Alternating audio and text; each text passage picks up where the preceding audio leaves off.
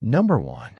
Plato's Allegory of the Cave. Imagine a group of people living their entire lives chained inside a cave, facing a cold, damp wall. Behind them, a fire flickers, casting dancing shadows of objects onto the rough surface. These fleeting shadows are their only reality. One day, a prisoner breaks free and escapes the cave's darkness. Blinded by the sudden sunlight, he stumbles out, his eyes slowly adjusting to this dazzling new world. He sees the sun, a majestic orb high in the sky. He sees trees, their leaves rustling in the breeze. He sees animals, creatures unlike anything he's ever imagined. He sees the world in all its vibrant glory, everything the shadows once represented. When he returns to the cave, eager to share his experience, the others don't believe him. They scoff at his descriptions of things they can't perceive with their own eyes. This allegory represents the limitations of human perception and the importance of education and reason. We rely on our senses to understand the world around us, but these senses can be deceiving. True knowledge comes from seeking understanding beyond the immediate experience, venturing out and challenging what we think we know. Number 2.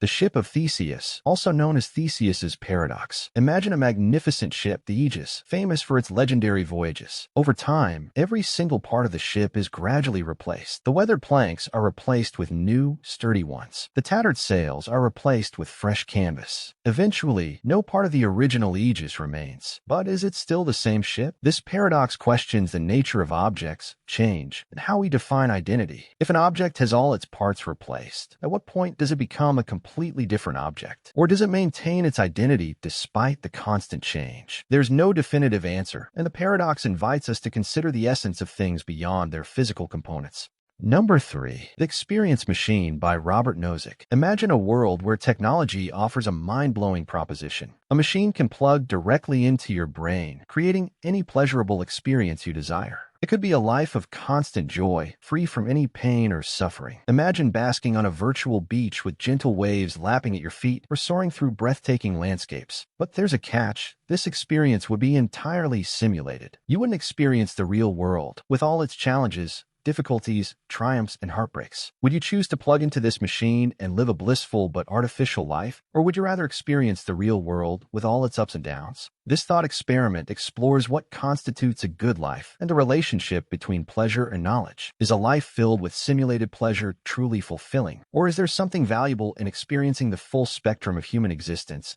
even if it means facing pain and hardship?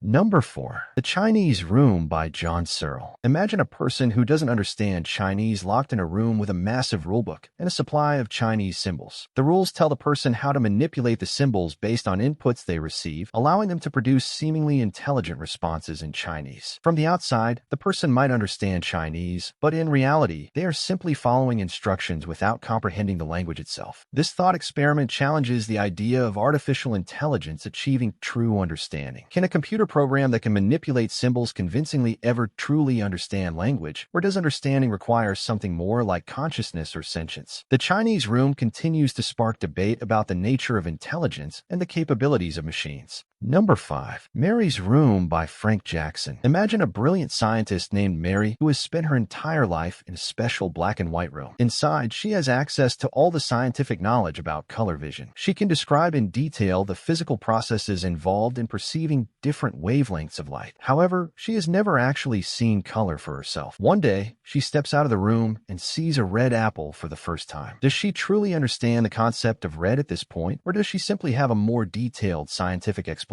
This thought experiment explores the nature of knowledge and the role of experience. Can we truly understand something without experiencing it firsthand? Does knowledge come solely from information, or is there something more to it? For now, that is all. Which philosophical rabbit hole would you like to explore next? Let me know in the comments. Remember to subscribe and like the video. Thanks for watching. See you soon.